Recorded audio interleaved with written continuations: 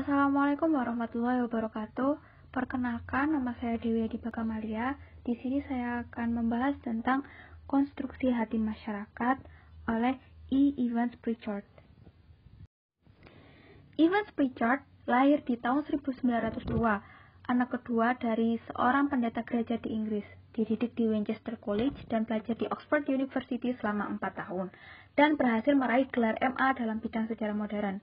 Pada tahun 1923, memulai pelajaran tingkat sarjananya di London School of Economics. Di London, ia belajar dengan C.G. Seligman, seorang antropolog profesional pertama yang melakukan kerja lapangan di Afrika.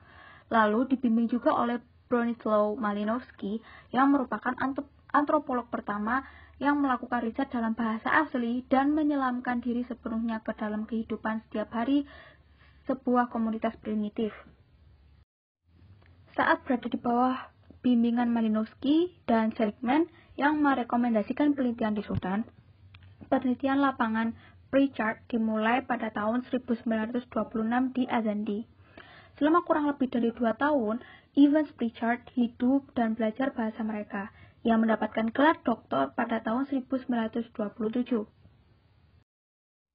Antara tahun 1930 sampai 1936, Pritchard menghasilkan karya pertamanya berjudul Witchcraft, Oracles, and Magic Among the Azandi. Dia melanjutkan penelitian di suku Nuer di Sudan yang selanjutnya menghasilkan 3 volume karya, yaitu The Nuer, A Description of the Modus of Livelihood and Political Institution of Nilotic People. Evans Pritchard adalah seorang teoretikus yang telah masuk ke dalam 2 jenis masyarakat primitif, mempelajari bahasa mereka, hidup bersama mereka dalam istiadat mereka, dan berniat mempelajari perilaku hidup mereka. Jadi, apa yang dia lakukan merupakan bentuk upaya untuk menyempurnakan risetnya, tidak seperti peneliti lainnya yang membuat teori hanya dengan duduk manis di belakang meja dalam perpustakaan dan membuat keputusan atau teori yang berlandaskan spekulasi belaka. Salah satu yang menjadi penelitiannya adalah witchcraft atau tenung atau sihir, wangsit, dan kekuatan magis yang menjadi kebiasaan suku Azandi. Baginya, pikiran magis ialah kepercayaan bahwa beberapa aspek kehidupan bisa dikontrol oleh daya mistik atau kekuatan supranatural. Evans Pritchard tidak dapat menerima apa yang diyakini oleh Tyler dan Fraser bahwa orang-orang primitif itu irasional atau kekanak-kanakan. Di luar keyakinan tersebut, masyarakat primitif pasti mempunyai bukti-bukti yang mendukung keyakinan mereka. Menurutnya, orang-orang Azandi sepenuhnya adalah logis, punya rasa ingin tahu yang besar, dan mampu mempertanyakan segala sesuatu. Dalam kehidupan sehari-hari, mereka adalah orang yang cerdas. Mereka juga telah memiliki keterampilan untuk membuat kerajinan tangan, imajinasi bahasa yang tinggi, dan mempunyai kemampuan bertahan hidup yang hebat. Witchcraft, Oracle, and Magic Among the Azandi merupakan sebuah etnografi proses berpikir masyarakat Azandi. Evans Pritchard berpendapat bahwa orang-orang Azandi sangat terobsesi dengan sihir, sehingga dengan memahami kepercayaan mereka dan bagaimana kepercayaan tersebut digunakan untuk menjelaskan sebab akibat, kita akan dapat memahami masyarakat mereka. Contoh, misalnya, jika sebuah kotak menyimpan gandum jatuh dan membunuh orang yang duduk di bawahnya, salah satu penyebabnya mungkin saja penyangganya yang sudah dimakan rayap. Namun, pertanyaan tentang mengapa kotak itu jatuh ke atas orang tersebut pada waktu itu haruslah dijawab dengan sihir milik siapa yang terlibat. Evans Pritchard menyatakan bahwa kaum bangsawan adalah golongan terbesar yang mempraktekkan tenung-tenung atau sihir semacam ini. Ilmu sihir dirujuk oleh suku Azandi terutama untuk hal yang berhubungan dengan peristiwa yang tidak menguntungkan. Jika ada petaka yang sangat serius terjadi, yang akan merenggut nyawa seseorang, maka menurut alam pikiran orang Azandi, hal ini pasti disebabkan oleh ilmu sihir. Orang yang punya ilmu sihir dan menyebabkan kesalahan ini harus ditemukan. Untuk menemukan pemilik ilmu sihir, maka orang Azandi melakukan ramalan racun atau wangsit racun atau the poison oracle. Jadi, seseorang memasukkan racun pada seekor ayam, dan jika ayam tersebut mati, berarti orang yang memiliki tenung itu telah ditemukan. Selanjutnya, diikuti dengan prosedur membuat tuduhan sebuah ritual air yang memadamkan, di mana yang dituduh setuju untuk mendinginkan tenungnya atau ilmu sihirnya. dan kemudian semua dianggap berakhir. Jika korban telah meninggal, maka balas dendam harus dilakukan.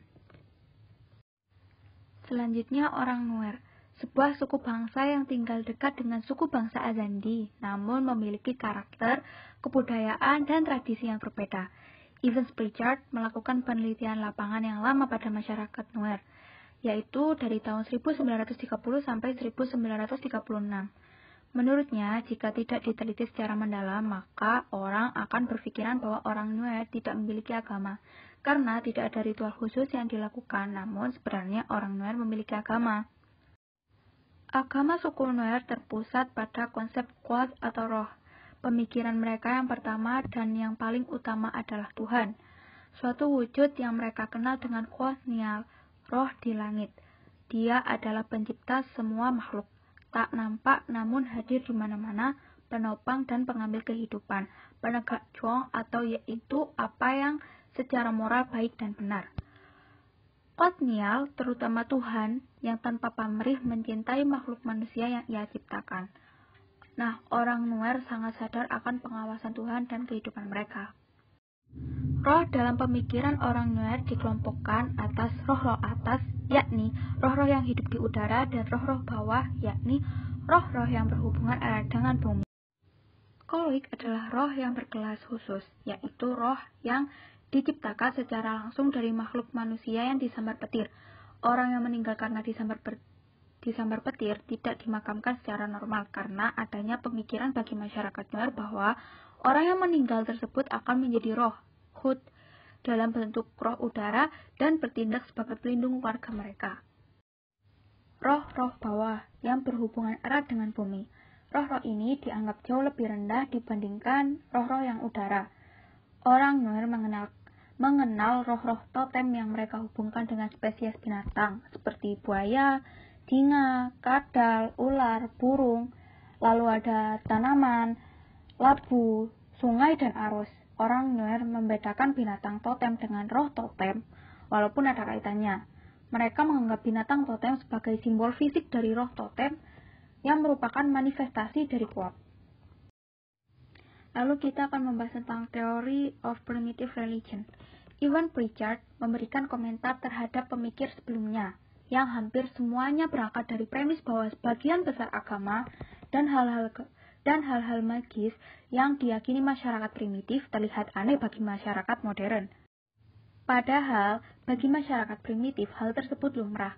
Para pemikir sebelumnya menganggap bahwa masyarakat primitif itu irasional, yang hidup di bawah bayang-bayang kekuatan supranatural, sehingga mereka terus berusaha untuk menyatu dengan kekuatan itu. Pertanyaan yang muncul kemudian yang harus dijawab peneliti tersebut, yakni apa alasan yang membuat masyarakat tersebut tetap menjalankan tradisi mereka? Jawaban yang mereka berikan terbagi menjadi dua bentuk, yaitu psikologis dan sosiologis. Untuk pemikir psikologis seperti Muller menyatakan bahwa asal-usul agama adalah penyembahan terhadap kekuatan alam. Tyler menyatakan kagum terhadap sosok manusia di mimpinya, maka dari itu dia mengemukakan teori animistik. Sedangkan Fraser berpikir akan memulai dengan hal-hal gaib, kemudian agama, dan yang terakhir sains. Jadi intinya, pemikir psikologis ini mengira bahwa masyarakat primitif akan selalu berusaha menjelaskan segala sesuatu dan akhirnya memilih agama sebagai satu-satunya alat yang dapat menjelaskan cara kerja alam. Nah, untuk pemikir sosiologis, mereka beranggapan setiap orang mungkin seorang pemikir, tapi setiap orang pasti punya perasaan atau teori emosional. Seperti kata Freud yang mengatakan orang-orang terdahulu itu terpenjara pada rasa gelisah dan takut, dan mereka beranggapan hanya Tuhan Bapa lah yang dapat menghilangkan perasaan-perasaan itu. Sementara Maret, Lowy, dan Malinowski menganggap bahwa orang-orang primitif yang merasa takut dan khawatir akan kehidupan kemudian menyangka bahwa ini tanda akan adanya satu hal yang maha kuat, pencipta rasa takut. Ivan Pritchard mengkritik hal tersebut habis-habisan karena mereka, para teoritikus, tidak benar-benar mengetahui bahwa masyarakat primitif itu berpikir. Para teoritikus menyamakan cara mereka berpikir dengan cara masyarakat primitif berpikir. Ivan Pritchard memandang pemikir sosiologis memiliki konsep yang lebih baik dari pemikir psikologis. Namun, walau demikian, mereka juga masih cenderung melakukan perkiraan karena tidak seorang pun yang benar-benar tahu bagaimana kehidupan masyarakat primitif sebenarnya. Masing-masing hanya punya imajinasi-imajinasi dengan bukti-bukti yang kurang lengkap. Menurut Ivan Pritchard, agama hanya harus dijelaskan secara komprehensif dalam terma-terma hubungannya dengan faktor dan aktivitas-aktivitas kehidupan dalam masyarakat. Dalam bahasan tertentu, para teoritikus harus membahas seluruh agama, bukan hanya agama masyarakat primitif. Namun, demikian dari keseluruhan pemikiran yang ada tersebut dianggap baik sebagai bentuk saling melengkapi. Bentuk pemahaman yang berbeda tapi sama pentingnya dalam setiap kebudayaan manusia, baik itu masyarakat primitif ataupun masyarakat modern. Seluruh kehidupannya akan selalu membutuhkan konstruksi hatinya agama. Sebenarnya Ivan Pritchard tidak memiliki teori agama yang utuh tentang agama masyarakat primitif, kecuali satu teori tentang satu agama, yaitu agama Nuer. Ditambah anjuran-anjurannya tentang bagaimana seharusnya seorang ilmuwan mengawali studinya agar di masa yang akan datang bisa mendapatkan teori yang lebih umum. Selanjutnya, ia menyarankan agar melakukan studi yang berskala kecil dan bersifat mendasar terlebih dahulu yang di masa selanjutnya akan menghasilkan sesuatu yang lebih umum dan lebih lengkap. Ketimbang terburu-buru memberikan spekulasi yang tidak mendasar, seperti yang dilakukan oleh teoritikus masa lalu, Ivan Pritchard menyadari bahwa apa yang diyakininya juga bukan jalan keluar yang memuaskan dan seluruh persoalan dapat dianggap selesai. Sekian presentasi dari saya. Mohon maaf bila masih banyak kekurangan dan mungkin masih banyak materi yang belum tercantum. Wassalamualaikum warahmatullahi wabarakatuh.